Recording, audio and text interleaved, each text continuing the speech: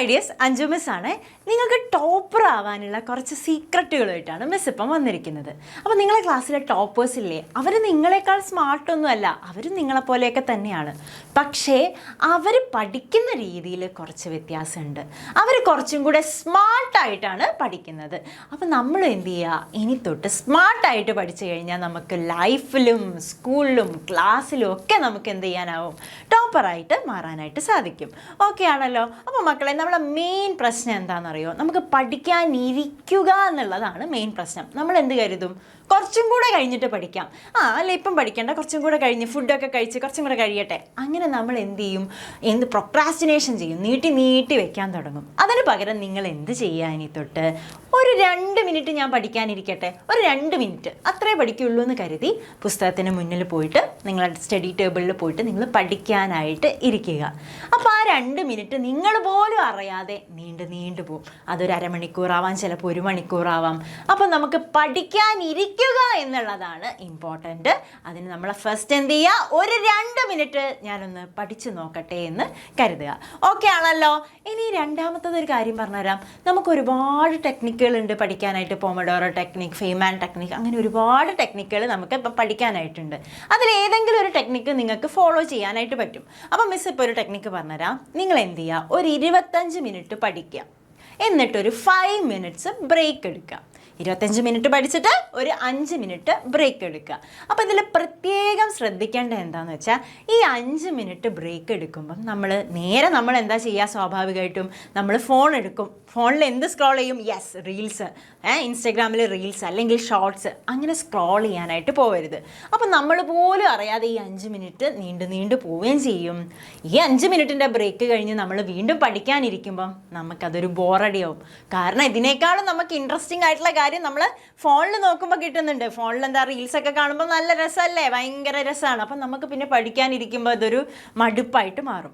അപ്പോൾ 25 മിനിറ്റ് പഠിക്കുകയും 5 minute break എടുക്കുകയും ചെയ്യുമ്പം നിങ്ങൾ ഈ 5 മിനിറ്റ് വേറെ എന്തിനെങ്കിലും സ്പെൻഡ് ചെയ്യുക. ഫോർ എക്സാമ്പിൾ, ഇപ്പോൾ നിങ്ങൾക്ക് കിച്ചണിലൊക്കെ പോവാം, അമ്മയുടെ അടുത്തൊക്കെ പോവാം, ഇന്നെന്താ രാത്രി ഫുഡ് എന്താണ്, അല്ലെങ്കിൽ അനിയന്മാരോ അനിയത്തിമാരോ ഉണ്ട്, അവരുടെ അടുത്ത് എന്തെങ്കിലുമൊക്കെ സംസാരിക്കാം, അവരെന്താ സ്കൂളിലെ കാര്യങ്ങൾ പറയാം, നിങ്ങളുടെ സ്കൂളിലെ കാര്യങ്ങൾ ഷെയർ ചെയ്യാം.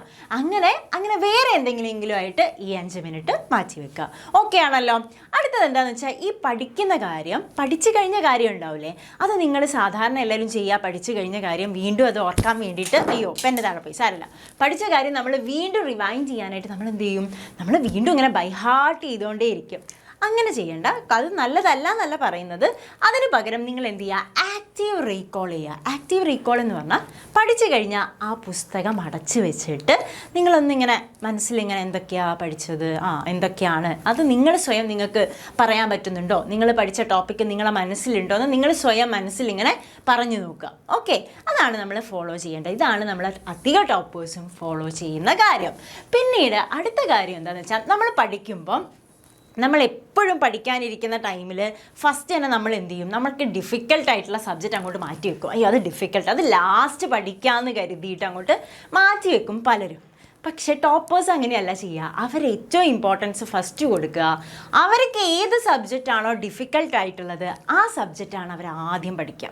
മക്കളെ, നമ്മളെ ബ്രെയിൻ ഫ്രഷ് ആയിരിക്കുന്ന സമയം ഫസ്റ്റ് ആയിരിക്കുമല്ലോ. പിന്നെ നമ്മൾ എന്ത് ചെയ്യും, അങ്ങനെ മടുപ്പ് വന്ന് തുടങ്ങൂലേ. ആ ഫ്രഷ് ആയിരിക്കുന്ന സമയത്തിൽ നമ്മൾ ഏറ്റവും ഡിഫിക്കൽട്ടായിട്ട് സബ്ജക്റ്റാണ് പഠിക്കേണ്ടത്. അത് ലാസ്റ്റിലേക്ക് മാറ്റി വയ്ക്കരുത്. അതിനാണ് ഫസ്റ്റ് ഇമ്പോർട്ടൻസ് കൊടുക്കേണ്ടത്. അതുപോലെ എല്ലാ സബ്ജക്റ്റിനും ഇമ്പോർട്ടൻസ് കൊടുക്കണം, എല്ലാ ടോപ്പിക്കുകളും നന്നായിട്ട് പഠിക്കണം. പക്ഷേ ഫസ്റ്റ് ഏതിനാണ് കൊടുക്കേണ്ടത്, ഡിഫിക്കൽട്ടായിട്ടുള്ള സബ്ജക്റ്റിനാണ് നമ്മൾ ഇമ്പോർട്ടൻസ് കൊടുക്കേണ്ടത്. ഓക്കെ ആണല്ലോ.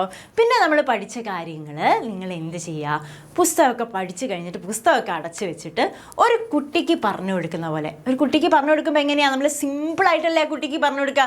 എങ്ങനെയാണ് ആ കുട്ടിക്ക് മനസ്സിലാവാൻ വേണ്ടിയിട്ട്, ഒരു ചെറിയ കുട്ടിക്ക് പറയുമ്പോൾ ആ ബേസിക് ഭയങ്കര സിമ്പിളായിട്ടല്ലേ പറയുക. അപ്പോൾ ഒരു സിമ്പിളായിട്ട് നിങ്ങൾ പഠിച്ച കാര്യം നിങ്ങൾക്ക് ഒരു കുട്ടിക്ക് പറഞ്ഞു കൊടുക്കുന്ന പോലെ പറയാൻ പറ്റുന്നുണ്ടോ എന്ന് നോക്കാം. അപ്പോൾ നിങ്ങൾക്ക് ആ കൺസെപ്റ്റ് സിമ്പിളായിട്ട് പറയാൻ പറ്റുന്നില്ല എങ്കിൽ എന്താണ് അവിടെ അർത്ഥം, അത് നന്നായിട്ട് ആ സബ്ജക്റ്റ് അല്ലെങ്കിൽ ആ ടോപ്പിക്ക് നിങ്ങൾ പഠിച്ചിട്ടില്ല എന്നാണ്. അപ്പം നിങ്ങൾ എന്ത് ചെയ്യണം? അതൊന്നും കൂടെ പഠിക്കേണ്ടതുണ്ട്. നമ്മൾ ഏറ്റവും സിമ്പിളായിട്ട് പറയുമ്പോഴാണ് നമുക്കത് നന്നായിട്ട് പഠിച്ചിട്ടുണ്ടാവുക, നമ്മളുടെ തലയിൽ നന്നായിട്ട് ഉണ്ടാവുകയെന്ന് നമുക്ക് ഉറപ്പിച്ച് പറയാൻ പറ്റുക അല്ലേ? അപ്പോൾ ടോപ്പേഴ്സ് എന്താ ചെയ്യുകയെന്ന് വെച്ചാൽ ഈ മെത്തേഡ് നന്നായിട്ട് ഫോളോ ചെയ്യുന്നുണ്ട്. അവരൊരു സിമ്പിൾ വേയിൽ പറയാൻ പറ്റുന്നവരെ അവരത് പഠിച്ചുകൊണ്ടിരിക്കും. ഓക്കെ ആണല്ലോ? സെറ്റ് ആണല്ലോ? ഇനി നിങ്ങൾ എന്ത് ചെയ്യാറിയോ? വിഷ്വൽ റെപ്രസെൻറ്റേഷൻ ഇമ്പോർട്ടൻസ് ഉണ്ട്. നിങ്ങൾ പഠിക്കുന്ന കാര്യങ്ങൾ നല്ല പിക്ചറൊക്കെ വെച്ച് കണക്ട് ചെയ്യാം. ഇപ്പം ഫ്ലോ ചാർട്ട് അല്ലെങ്കിൽ എന്തെങ്കിലും ഡയഗ്രാംസ് ഒക്കെ വെച്ചിട്ട് കണക്ട് ചെയ്തുകൊണ്ട് പഠിക്കുക. അപ്പം നമുക്ക് കുറച്ചും കൂടെ മൈൻഡിൽ നിൽക്കും. അപ്പോൾ ഇനി അടുത്തത് ഏറ്റവും ഇമ്പോർട്ടൻ്റ് ആയിട്ടുള്ള കാര്യമാണ്. ടോപ്പേഴ്സ് ഒരുവിധം എല്ലാ ടോപ്പേഴ്സും ഫോളോ ചെയ്യുന്ന ഒരു കാര്യമാണ് ഇത്. ഫോളോ ചെയ്താൽ നിങ്ങൾക്കും ഈസി ആയിട്ട് ടോപ്പർ ആവാനായിട്ട് പറ്റും. അതായത് നമ്മളിപ്പോൾ ഒരു ടോപ്പിക് ഇന്ന് പഠിച്ചു, അല്ലെങ്കിൽ ഒരു സബ്ജക്റ്റ് ഇന്ന് പഠിച്ചു, അത് 24 hours കഴിഞ്ഞിട്ട് നിങ്ങളത് വീണ്ടും റിവൈസ് ചെയ്യണം. പിന്നെ അതൊരു 3 ദിവസം കഴിഞ്ഞിട്ട് വീണ്ടും റിവൈസ് ചെയ്യുക. അത് കഴിഞ്ഞ് 1 week കഴിഞ്ഞിട്ട് അതൊന്നും കൂടെ റിവൈസ് ചെയ്യുക. അപ്പോഴേ നമ്മളുടെ മെമ്മറിയിൽ അത് നിൽക്കുള്ളൂ. മറ്റു നമ്മൾ മറന്നുപോകും. അപ്പോൾ എന്ത് ചെയ്യുക? റിവൈസ് ചെയ്യാനായിട്ട് മറക്കരുത്. ഇനി ഒരു ഇമ്പോർട്ടൻ്റ് കാര്യം കൂടെ പറഞ്ഞുതരാം. ഇതിൻ്റെ കൂടെ ഇതൊക്കെ വേണം. ഇതിൻ്റെ കൂടെ നമ്മളുടെ ഹെൽത്തിനും ഇമ്പോർട്ടൻസ് കൊടുക്കണം. ഒരു 7-8 മണിക്കൂർ, ഒരു 7 to 8 hours എങ്കിലും നമ്മൾ മിനിമം ഉറങ്ങിയിരിക്കണം. അത്രയും നമ്മൾ ഉറക്കത്തിന് ഇമ്പോർട്ടൻസ് ഉണ്ട്. ഉറക്കം കളയാൻ പാടില്ല. 7 to 8 hours ഉറങ്ങുക. നല്ല ഭക്ഷണം കഴിക്കുക, ഹെൽത്തി ആയിട്ടുള്ള ഫുഡ് കഴിക്കുക, നന്നായിട്ട് വെള്ളം കുടിക്കുക.